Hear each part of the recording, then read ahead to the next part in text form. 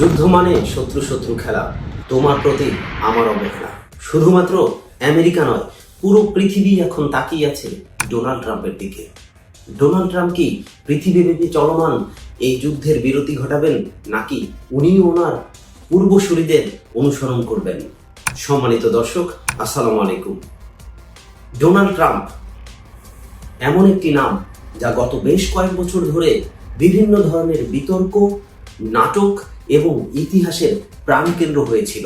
নির্বাচনী প্রচারণার সময় যখন তার বিরুদ্ধে 34টি অপরাধ মামলার অভিযোগ আনা হয়েছিল, তখনও তিনি থেমে থাকেননি। রাশিয়ার সঙ্গে সম্পর্কের অভিযোগ, যৌন হেনস্থার মামলা এবং অর্থনৈতিক প্রতারণার মতো গুরুতর মামলা সত্ত্বেও তিনি আমেরিকার জনগণকে তার পক্ষে রাখার অভূতপূর্ব কৌশল দেখিয়েছেন। অ্যান্ড ফাইনালি আমেরিকার ইতিহাসে প্রথমবারের মতো একজন ব্যক্তি, যিনি কিনা ফৌজদারি মামলায় অপরাধী প্রমাণিত হয়েছেন, তারপরেও আমেরিকার প্রেসিডেন্ট হিসেবে শপথ নিয়েছেন। এবং এই ঘটনা শুধু আমেরিকার রাজনীতিতে নয়, বরং বিশ্ব রাজনীতিতে নতুন অধ্যায়ের সূচনা করেছে। তিনি ফিরে এসেছেন এক নতুন বার্তা নিয়ে, আমেরিকা ফার্স্ট। তার মানে তার প্রাধান্য সবার আগে আমেরিকার, এরপরে অন্য কিছু। তার প্রথম দিনেই তিনি এমন কিছু সিদ্ধান্ত নিয়েছেন যা দুনিয়ার সুরকে বদলে দিচ্ছে। চলুন জানি তার ঐতিহাসিক সিদ্ধান্তগুলো কিভাবে আমেরিকা এবং গোটা বিশ্বকে প্রভাবিত করছে এবং করবে।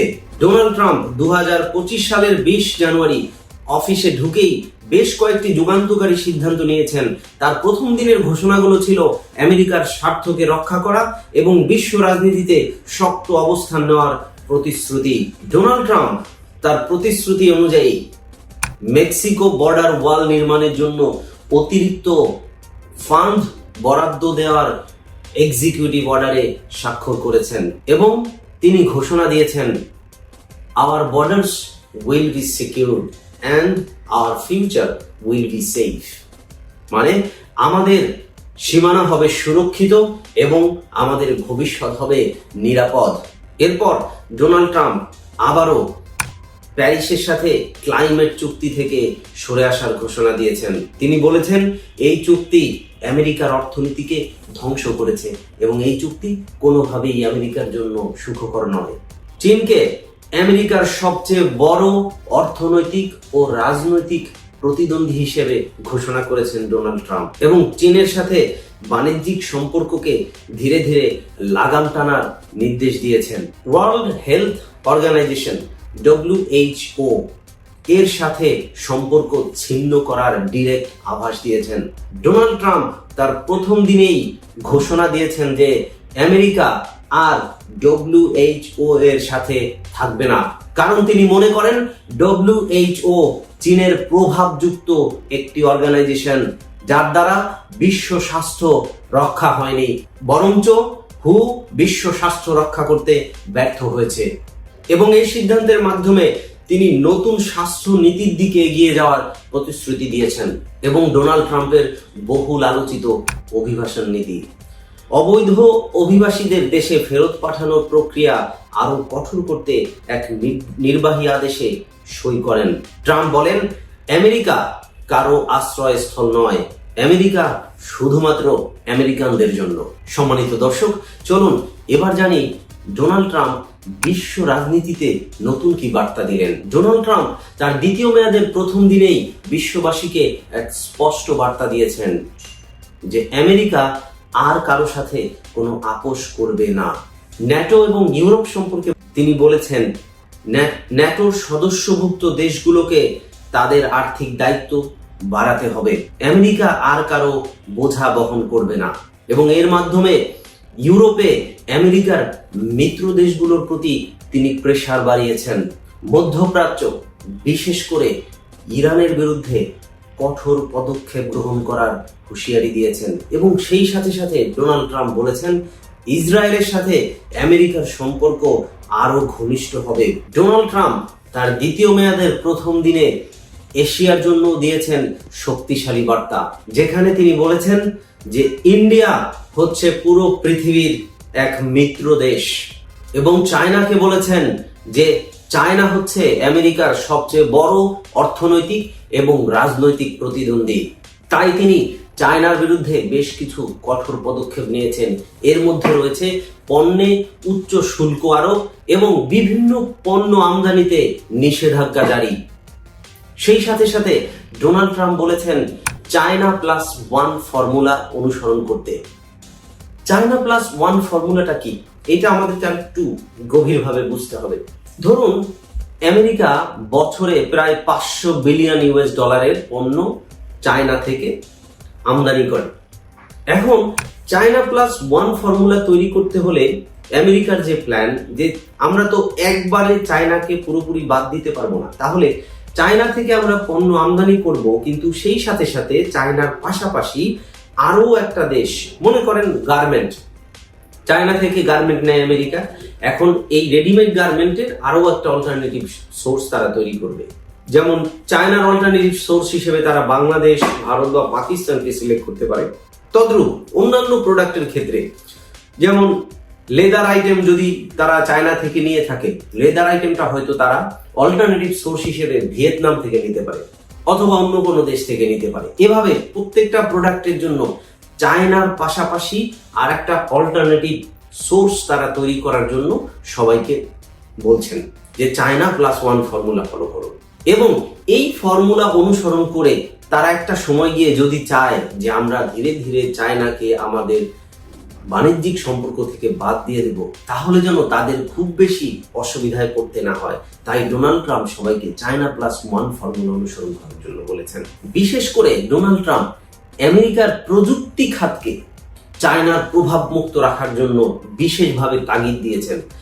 আপনারা যদি সবাই ডোনাল্ড ট্রাম্পের শপথ অনুষ্ঠানের ভিডিও দেখে থাকেন, তাহলে ওখানে দেখবেন যে লিভিং সব প্রেসিডেন্টের সাথে আরো অনেক মান্যগণ্য ব্যক্তি এই ডোনাল্ড ট্রাম্পের শপথ অনুষ্ঠানে এসেছিলেন। ওখানে এসেছিলেন বারাক ওবামা, ছিলেন জো বাইডেন, কমলা হ্যারিস, আরো তাদের অন্যান্য সব ভিভিআইপি পার্সোনালস। এবং সবচেয়ে আশ্চর্যজনক বিষয় হলো এবারই প্রথম ডোনাল্ড ট্রাম্প সব টেকনোলজি রিলেটেড যেসব জায়ান্ট কোম্পানি আছে, তাই সেই সব কোম্পানির মালিক অথবা সিইও লেভেলের মানুষজনকে তিনি ইনভাইট করেছিলেন। আপনারা যদি ভালো করে লক্ষ্য করেন তাহলে দেখবেন ওখানে ছিলেন ইলন মাস্কের মতো ব্যক্তি, ছিলেন গুগলের সিইও সুন্দর পিচাইয়ের মতো ব্যক্তি, এবং এমনকি ছিলেন ফেসবুকের প্রতিষ্ঠাতা মার্ক জাকারবার্গের মতো ব্যক্তিও।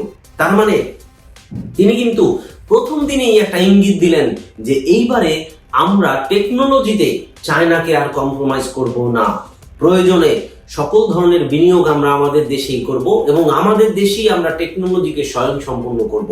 এমনকি তিনি আরো একটি পয়েন্টে বেশ গভীরভাবে গুরুত্ব আরোপ করেছেন। সেই পয়েন্টটি হচ্ছে electric vehicle and renewable energy. Trump বলেছেন যে আমরা এখন থেকে ইলেকট্রিক ভেহিকেলের প্রতি গুরুত্ব আরোপ করব এবং রিনিউয়েবল এনার্জি মানে নবায়নযোগ্য শক্তি।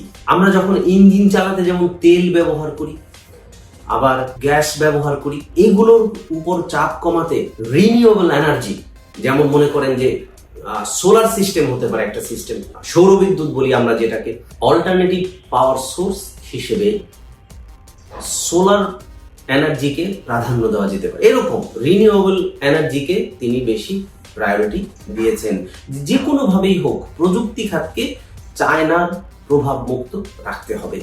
এখন আমি আপনাদেরকে একটি টেবিল দেখাবো। টেবিলটিতে আপনারা দেখতে পাচ্ছেন যে 2011 সাল থেকে শুরু করে 2024 সাল পর্যন্ত আমেরিকা চায়না থেকে কি পরিমাণ পণ্য আমদানি করেছে। দেখেন, যেটা 2011 সালে ছিল 400.63 বিলিয়ন ডলার, সেটা 2018 সালে এসে হয়েছিল 539.39 বিলিয়ন ডলার, এবং সেটা কিন্তু কমতে কমতে 2023 সালে এসে 428 বিলিয়ন ইউএস ডলারে দাঁড়িয়েছে। এবং 2024 সালে যে ডাটা আমার কাছে আছে তাতে আমি দেখতে পাচ্ছি 9 মাসে 322 বিলিয়ন ইউএস ডলার। এটা হয়তো একইভাবে চললে 429 বিলিয়ন ডলার হবে। অর্থাৎ ইতিমধ্যে কিন্তু আমেরিকা চায়নার সাথে তাদের যেই ট্রেড রিলেশন এটা কিন্তু কমাচ্ছে, এবং ডোনাল্ড ট্রাম্পের টার্গেট এটাকে যত সম্ভব আরো কমিয়ে নিয়ে আসবে। তাহলে বুঝতেই পারছেন যে আমেরিকার এবারে চায়নার সাথে সম্পর্কটা আসলে কেমন হবে। একটা পরিষ্কার ইঙ্গিত ডোনাল্ড ট্রাম্প দিয়েছেন যে মোটামুটি চায়নার সাথে একটা দাকুমরা সম্পর্ক হয়তো আমেরিকার থাকবে। সেই সাথে সাথে মিত্র হিসেবে কিন্তু আমেরিকা ইন্ডিয়াকে অলরেডি রিসিভ করেছে এবং ডিক্লেয়ার দিয়েছে যে ইন্ডিয়া হচ্ছে পুরো পৃথিবীর জন্য একটা মিত্র দেশ। এখন এখানে ভিন্ন কোনো পলিটিক্স, আমার ধারণা যেখানে আমেরিকা ভিন্ন কোনো পলিটিক্স প্লে করছেন, যেটা সাধারণ দৃষ্টিতে নেকেড আইয়ে দেখা যাচ্ছে না। এটা সময়ের সাথে সাথে আরো ভালোভাবে পরিষ্কার হবে আসলে ডোনাল্ড ট্রাম্প এই এশিয়া বা ইন্ডিয়ান সাবকন্টিনেন্ট এরিয়া নিয়ে কোন ধরনের পলিটিক্স প্লে করছেন। ডোনাল্ড ট্রাম্প ভারতের প্রধানমন্ত্রী নরেন্দ্র মোদীর সঙ্গে তার সম্পর্ককে বিশেষ গুরুত্ব দিয়েছেন এবং দুই দেশের সামরিক সহযোগিতা আরো জোরদার করার ঘোষণা দিয়েছেন। বিশেষ করে ভারতকে আধুনিক সামরিক প্রযুক্তি সরবরাহ এবং যুক্তরাষ্ট্রের সঙ্গে যৌথ সামরিক মহড়া আরো বাড়ানোর বিষয়ে জোর দিয়েছেন। এবং আমি চায়না প্লাস ওয়ান ফর্মুলা যেটা বললাম, সেখানে চায়নার অল্টারনেটিভ হিসেবে ভিয়েতনাম, মালয়েশিয়া, ফিলিপাইনের মতো দেশের কথা তিনি উল্লেখ করেছেন। ডোনাল্ড ট্রাম্প তার প্রথম দিনের বক্তব্যেই আমেরিকার অর্থনৈতিক রিফর্মেশন নিয়েও কথা বলেছেন এবং অর্থনৈতিক একটা পরিকল্পনাও তিনি তুলে ধরেছেন। তিনি বলেছেন যে ট্যাক্স রিফর্ম করতে হবে, ক্ষুদ্র ব্যবসায়ীদের কাছ থেকে ট্যাক্সের পরিমাণ কমাতে হবে এবং বড় ব্যবসায় আরো বেশি করে ইনভেস্ট করতে হবে। এবং ট্রেডের ডিলিংস নিয়ে তিনি বলেছেন যে ধীরে ধীরে প্রয়োজনে ইউরোপ এবং মেক্সিকোর সাথে ট্রেড ডিলিংস বাড়াতে হবে, যাতে করে আমি আগেই বলেছি যে চায়নাকে তারা যে কোনো ভাবে অ্যাভয়েড করতে চায় এবং এতে করে চায়নার প্রতি তাদের যে নির্ভরশীলতা এটা আংশিক কমবে। এবং প্রযুক্তি খাতের কথা আমি আগেই বললাম যে ডোনাল্ড ট্রাম্প বলেছেন প্রযুক্তি খাতে বিশেষ করে electric vehicle and renewable energy like solar power এর উপরে তারা আরো বেশি ইনভেস্ট করবে। সর্বোপরি ডোনাল্ড ট্রাম্পের দ্বিতীয় মেয়াদের প্রথম দিনে বেশ কয়েকটি মেসেজ বেশ পরিষ্কার হয়েছে যে তিনি শুধুমাত্র একজন নেতা নন, বরং তিনি নিজেই এক পরিবর্তনের নাম। তার দেওয়া পদক্ষেপগুলো শুধু আমেরিকানদের জন্য নয়, বরং পুরো বিশ্বের জন্য নতুন চ্যালেঞ্জ তৈরি করবে। একজন সাধারণ মানুষ হিসেবে আপনার কাছে কি মনে হয়, ডোনাল্ড ট্রাম্প কি এই পৃথিবীতে আরো বড় করে যুদ্ধ বাঁধাবেন, নাকি চলমান যুদ্ধ তিনি থামানোর জন্য পদক্ষেপ গ্রহণ করবেন? দয়া করে কমেন্ট বক্সে জানাবেন নাকি। আর এতক্ষণ ধরে আমার পুরো ভিডিও দেখার জন্য আপনাদের সবাইকে অনেক অনেক ধন্যবাদ। সবাই ভালো থাকুন, সুস্থ থাকুন। আল্লাহ হাফেজ।